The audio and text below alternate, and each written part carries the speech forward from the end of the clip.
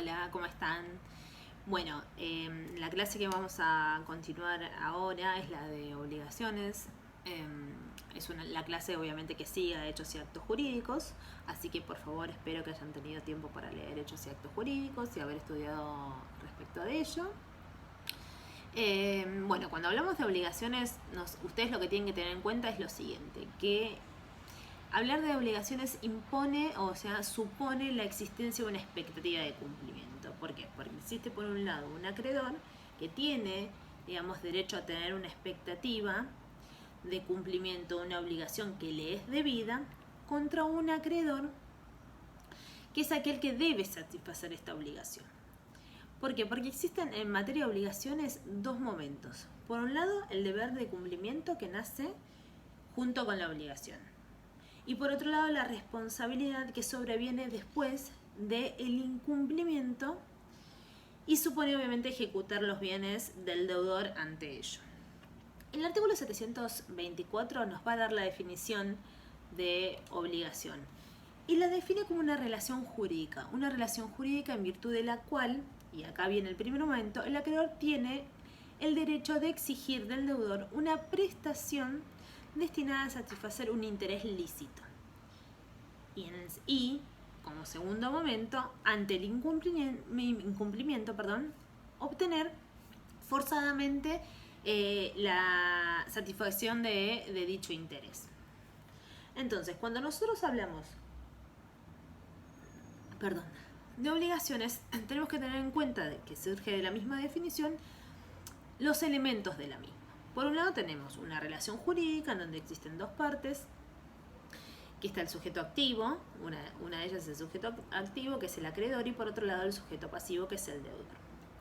Luego existe también, como otro elemento, la prestación u el objeto, la prestación u objeto, en donde tenemos que tener presente justamente lo que viene de hechos y actos y obligaciones. ¿Se acuerdan cuando hablamos de objeto? Que ¿cómo debe ser el objeto? Debe ser lícito, posible, o determinado, o fácilmente determinable, o determinable de alguna manera que no sea contrario al orden público, a la moral y las buenas costumbres. Pero con la particularidad en el caso de obligaciones que debe ser susceptible de valor económico. Esto quiere decir que se pueda estimar pecuniariamente.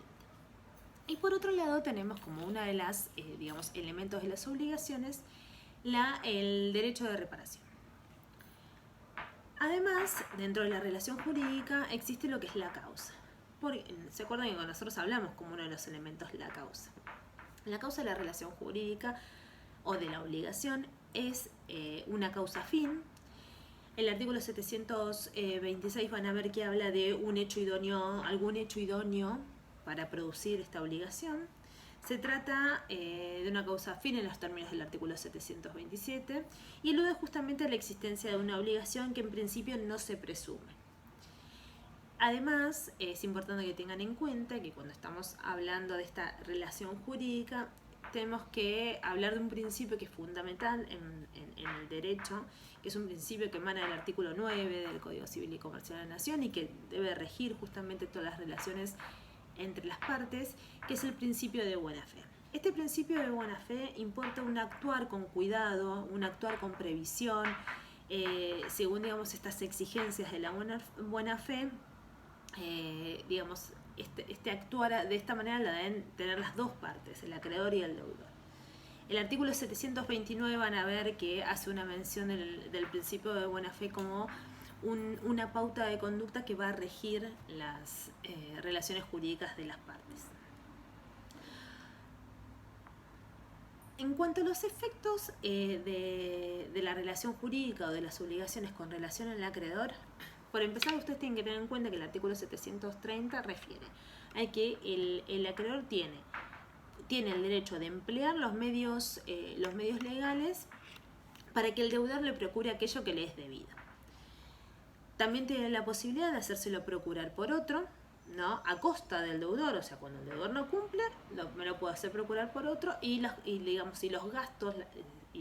gastos de ese accionar estarán a cargo del deudor. Y además obtener del deudor las indemnizaciones correspondientes. ¿Por qué? Porque puede suceder que el deudor no pueda cumplir con la obligación o no la cumple directamente. Entonces, cuando no cumple con la obligación, existe o el deber de reparar o o sea, pueden existir como consecuencia, digamos, en el caso de que se deba dinero, la existencia de que transcurran intereses.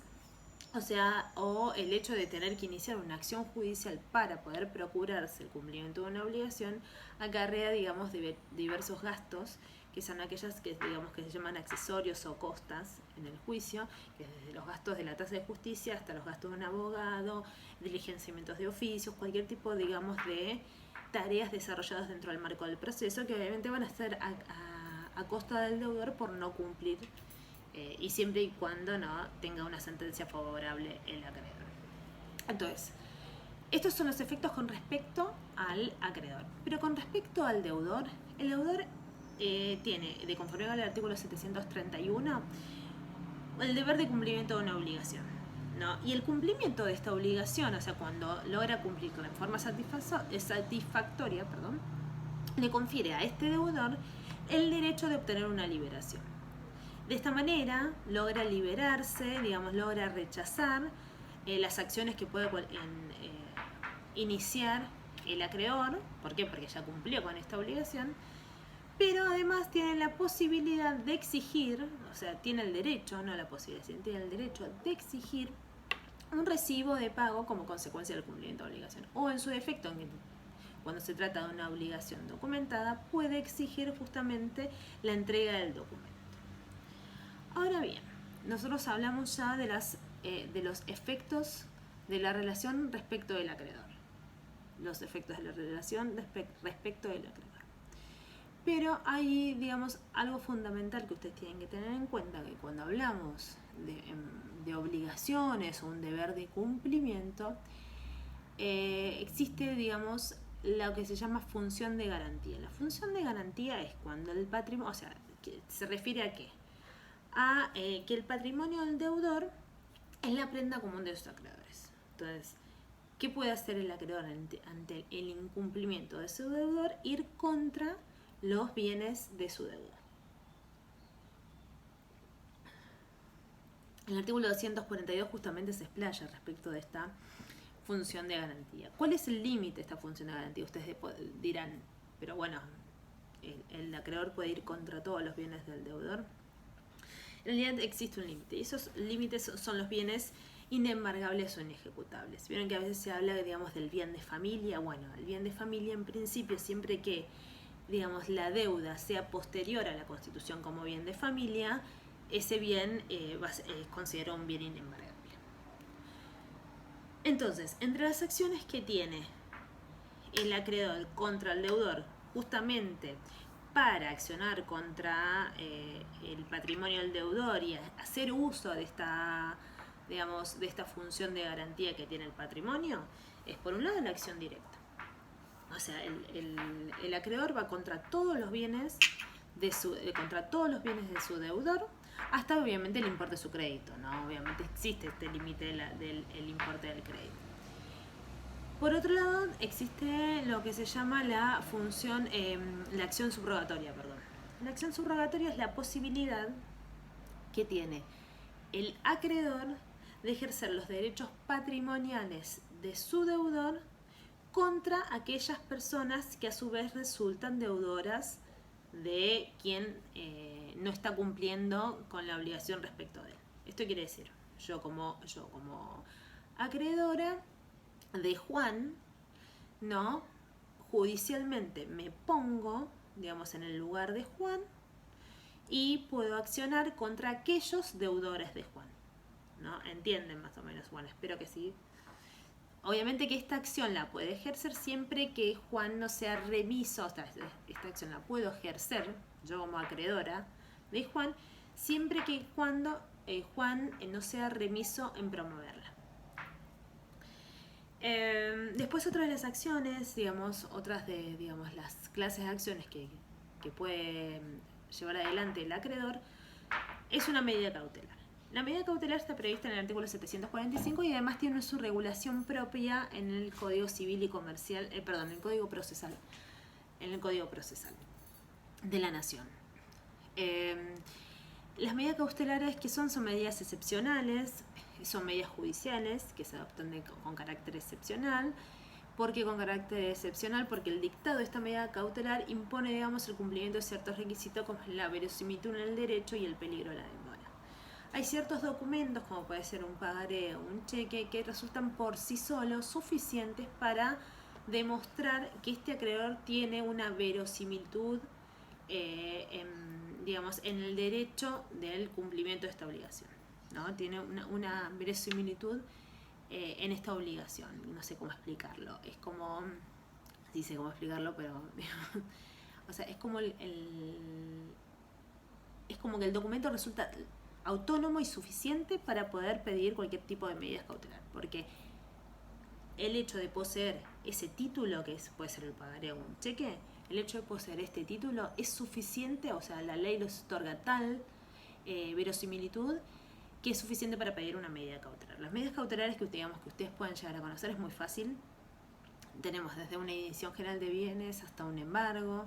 El embargo quizás es el más común de ver, porque, digamos, alguna vez escucharon, estimo, ¿no?, que habrán escuchado hablar de lo que es un embargo sobre un sueldo de una persona y que no puede exceder determinado límite, o por ejemplo un embargo sobre un bien, sea un bien mueble o inmueble. Entonces es digamos no es para ustedes muy difícil imaginarse la figura del embargo.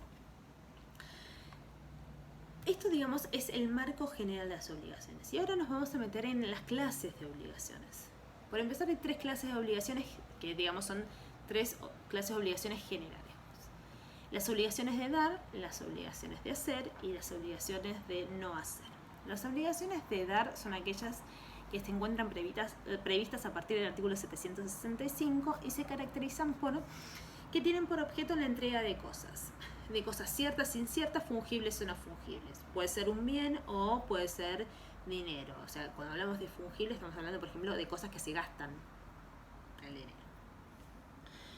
Además, la obligación, por ejemplo, de dar dinero puede generar a su vez una obligación accesoria que es la de pagar intereses moratorios, compensatorios, punitorios. Obviamente que siempre dependiendo de aquella obligación pactada. Entonces, eso por un lado son las obligaciones de hacer. Las obligaciones de dar. Las obligaciones de hacer son aquellas que se encuentran previstas a partir del artículo 773. Por favor, lean los artículos, lean todo el articulado que les estoy citando, por algo lo detallo. Entonces, obligaciones de dar, ya dijimos, artículo 765 en adelante. Obligaciones de hacer, artículos 773 y siguientes.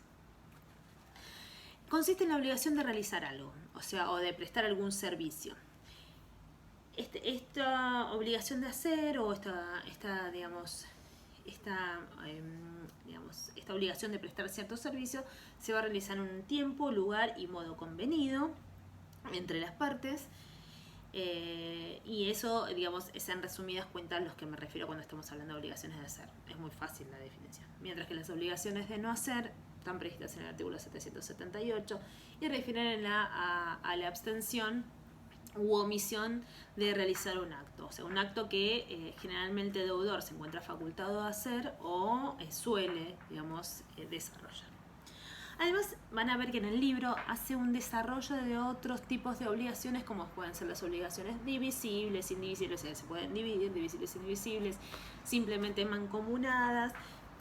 Quiere decir que el crédito o la deuda se fracciona en tantas partes, en tantas relaciones jurídicas como acreedores o deudores existan. Después las solidarias, las principales, las accesorias, por ejemplo, el capital. ¿Vieron cuando hablamos de capital e intereses? Una persona debe capital e intereses. El capital es una obligación principal, mientras la accesoria son los intereses. Vieron que se los dije recién. Después, ¿qué más? Digamos, esas son dentro de todo, digamos, las definición que tienen de obligaciones. Creo que hay algunas más que refieren en el libro. hablamos de la clasificación de las obligaciones, de clases de obligaciones. Vamos a hablar de la extinción de las obligaciones. Por empezar, ¿cuál es la manera, digamos, que comúnmente conocen como extinción o de cumplimiento de una obligación? El pago. El pago, previsto en el artículo 865, que habla justamente de cómo debe ser el pago, se refiere justamente al cumplimiento del objeto de la obligación. O sea, lo que hace es poner fin a una obligación y cubre de esta manera las expectativas del acreedor. Es un acto jurídico, ya les dije que se acuerdan cuando hablamos de actos jurídicos. Bueno, la obligación, digamos, el pago, perdón, es un acto jurídico y debe ejecutarse obviamente con todos los elementos propios del acto voluntario, que como recordarán, los elementos propios del acto voluntario es la intención, el discernimiento y la libertad. Después, tiene eficacia extintiva. Puedo exigir, obviamente tengo el derecho como deudor de exigir ante el incumplimiento, digamos, de esta expectativa, de exigir el recibo, que es el medio de prueba que, digamos, que voy a tener como deudor de que cumplí con aquella obligación debida.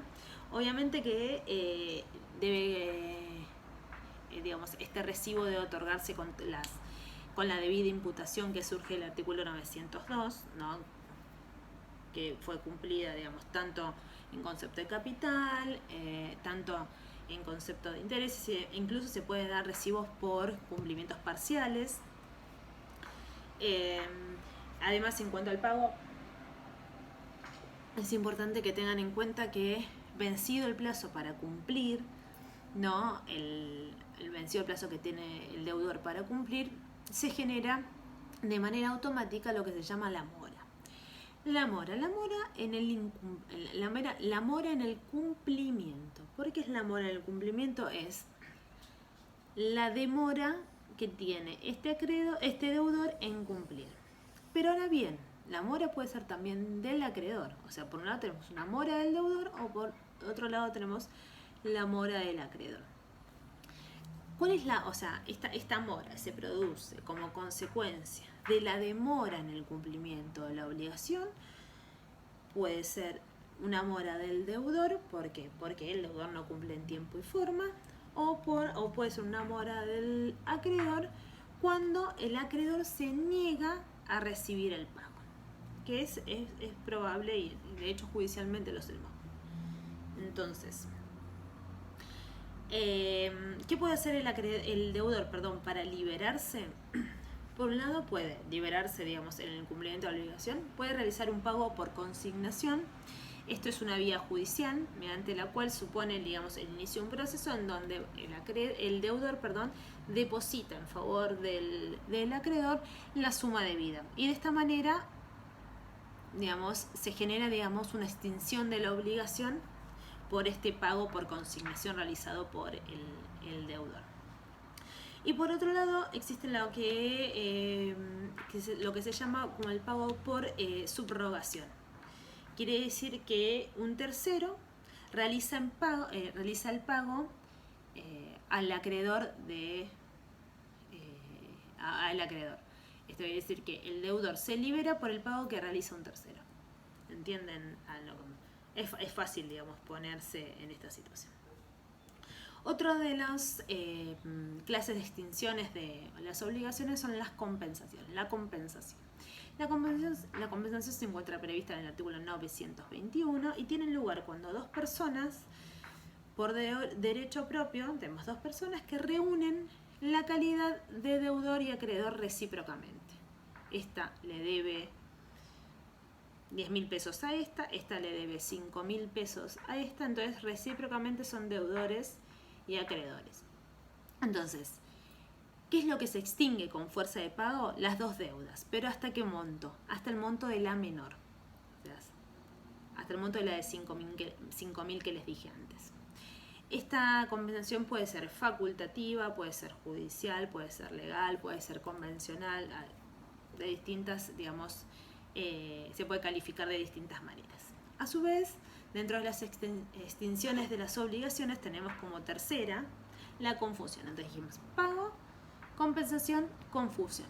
La confusión sucede de conformidad con el artículo 931 cuando las calidades de acreedor y deudor se reúnen en una misma persona y un mismo patrimonio. O sea, puede extinguirse total o parcialmente, obviamente en la proporción a la parte de la deuda en que se produce. Ustedes dirán, ¿pero es común esto? No, no es lo más común, pero puede existir que se genere una confusión, digamos, entre la figura del acreedor y el deudor. A veces se puede dar esto, algún tipo de confusión en esta materia cuando hablamos de sucesiones. Pero bueno, no nos vamos a meter ahora en eso, ¿no? Pero no es más que nada excepcional, es una extinción de manera, digamos, más limitada porque no se suele ver muy seguido, pero es importante que también la tengan en cuenta. Y además porque está clasificada dentro de las extinciones de las obligaciones. La cuarta extinción de las obligaciones es la transacción. La transacción está prevista en el artículo 1641. ¿Y por qué ustedes dirán? ¿Por qué no fuimos al 1641 del 800 y pico? Porque en realidad está regulada dentro del marco de los contratos. La transacción es un acto jurídico mediante el cual, para evitar un litigio o para ponerle fin justamente, las partes se hacen concesiones recíprocas. O sea, extinguiendo las obligaciones que puedan ser deudosas o en su defecto litigiosas. Es un acuerdo entre partes, es muy fácil de entender, un acuerdo que se logra dentro del marco de un proceso judicial es una transacción, o aquel acuerdo que se ejecuta judicialmente que se había logrado en forma extrajudicial, también es otra transacción. Y aparece justamente, como les decía, regulada en la parte de contratos y no en la parte, digamos, de obligaciones. Por eso estoy hablando del artículo 1641 y no del artículo 800 y pico, o 900 y pico. Otra forma de extinguir las obligaciones es la novación. La novación supone la extinción de una obligación para la creación de una obligación nueva. O sea que esta obligación nueva surge para poder reemplazar la anterior. La obligación se extingue con todos los accesorios, o sea, esto quiere decir con todos los intereses en su defecto. Un claro ejemplo es la homologación de una propuesta de acuerdo en un concurso preventivo de acreedores, en donde todos los acreedores se presentan dentro del marco del concurso a exigir el cumplimiento de sus, el reconocimiento de sus acreencias, y hay una etapa, digamos, dentro del acuerdo preventivo, que es en la que el deudor formula una propuesta. Al formular la propuesta, tiene, digamos, la obligación, en principio, porque luego si no se declararía la quiebra, digamos, tiene la carga de lograr la conformidad de la mayoría de sus acreedores. ¿Qué implica esto? Que sus acreedores comunes o quirografarios que no hayan votado, digamos, la propuesta, pero el deudor consiguió la mayoría legalmente exigida por la ley de concursos y quiebras, van a ver novadas, digamos, sus obligaciones, o sea, sus créditos, a la propuesta de ese acuerdo.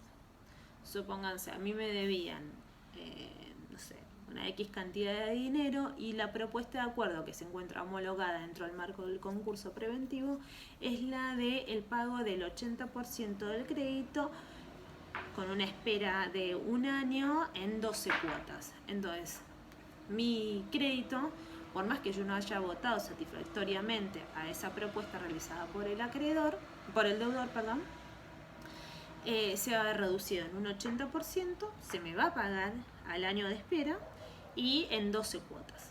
A esto, digamos, nos referimos cuando hablamos de novación. Yo tenía una obligación que me era debida y novó a otra nueva obligación. Otra de las formas de extinción de las obligaciones es la dación en pago. La dación en pago es cuando el acreedor voluntariamente acepta una prestación diversa a la que tiene, está regulada en el artículo 942. Otra forma de extinción de las obligaciones es la renuncia. La renuncia está regulada en el artículo 944 y se refiere a que se extingue cuando la persona renuncia justamente a los derechos conferidos por la ley. O sea, esta renuncia obviamente no tiene esta prioridad legalmente y solamente tiene afectar intereses privados, nunca intereses públicos, pero existe la posibilidad de que la parte decide renunciar por diversos motivos, porque vea que no es imposible cumplir, o ya directamente no encuentra a su deudor, o por diversos motivos decide, digamos, desistir de instar el cumplimiento de esa obligación y renuncia directamente. Lo puede hacer o se enamoró de su deudor, qué sé yo, no sé. Pero bueno, otra de las formas de extinción de las obligaciones es la remisión. El artículo 950 es aquel que prevé justamente la remisión de la definición de remisión, y se manifiesta cuando el acreedor entrega voluntariamente al deudor el documento original donde consta la deuda. Se van a aplicar obviamente porque es algo que podría ser bastante parecido, como se llama, las disposiciones de la renuncia, y produce obviamente los efectos extintivos que son propios del pago. Otra de las formas de extinción de las obligaciones es la imposibilidad de cumplimiento, o sea, se produce obviamente ante el incumplimiento de la obligación estipulada, y el deudor tiene la obligación, amén, digamos, de aquello de no poder cumplir porque existe una imposibilidad de cumplir, el deudor tiene el deber de reparar la situación del acreedor y será responsable por los daños y perjuicios ocasionados al acreedor como consecuencia de este incumplimiento, siempre y cuando demuestre que estos hechos que causaron incumplimiento no le son imputables, o que no es responsable de ello. Es difícil de demostrar. Existen ciertos eximientes que están previstos en el artículo 1730, que es la fuerza mayor o el caso fortuito, que refieren justamente a aquella capacidad, digamos, que refieren a aquello que no ha podido preverse, ¿no? Que es un hecho no imputable, como es el caso fortuito, aquello que el deudor y el acreedor no pudieron prever y que derivó justamente como al incumplimiento por parte del deudor. O aun cuando previendo o tratando de llevar adelante todas las previsiones del caso, no pudo evitarse. Entonces ese hecho digamos que inimputable o no imputable al deudor no pudo preverse. O cuando no pudo preverse, o aún previéndose, no pudo evitarse. A eso se refiere el caso fortuito o la fuerza mayor. Digamos, eximen de la responsabilidad en el cumplimiento, salvo caso de contrario. Por eso es muy difícil demostrar la imposibilidad de cumplimiento. ¿Por qué? Porque la carga de demostrar judicialmente que yo como deudor no pude cumplir, de demostrar este caso fortuito o esta fuerza mayor, se encuentra en mi cabeza. Entonces tengo que demostrar mis dichos judicialmente. O sea, mi accionar o mi falta de accionar. Bueno, espero que esta clase rápida de obligaciones les sea útil. Lean por favor el material que surge del libro, lean los artículos que les mencioné, lo que viene luego a hacer contratos. Esa parte es muy larga, así porque primero va a haber una parte general, después va a haber, digamos, ciertos contratos en particular. Tengan en cuenta justamente que es necesario que ustedes lleven adelante en forma consciente la lectura. Voy a colgar el video, como ya se habrán dado cuenta, por los otros canales, sea que lo viste por el campus virtual, va a estar en Classroom, o voy a tratar de que esté en Classroom, obviamente con el link adecuado. Así que lo buscan en YouTube, lo buscan en el campus, lo buscan en Classroom, y si pueden, digamos, no me molesta que lo pasen a través del link, a través del grupo, porque la idea es de que ustedes puedan tener unas clases, aunque sea de esta manera. No es lo ideal, pero bueno, es lo que nos toca, y hasta que se decida lo contrario y viendo cómo van las cosas, esto es lo que vamos a seguir haciendo. Así que nada, espero que estén bien y que prontamente, digamos, si Dios quiere, podamos encontrarnos face to face. Así que bueno, les mando un beso grande y saludos para todos.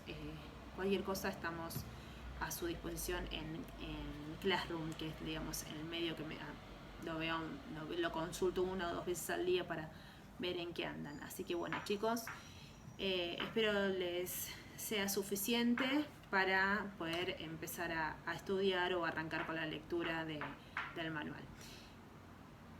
Adiós, nos estamos viendo y cuídense.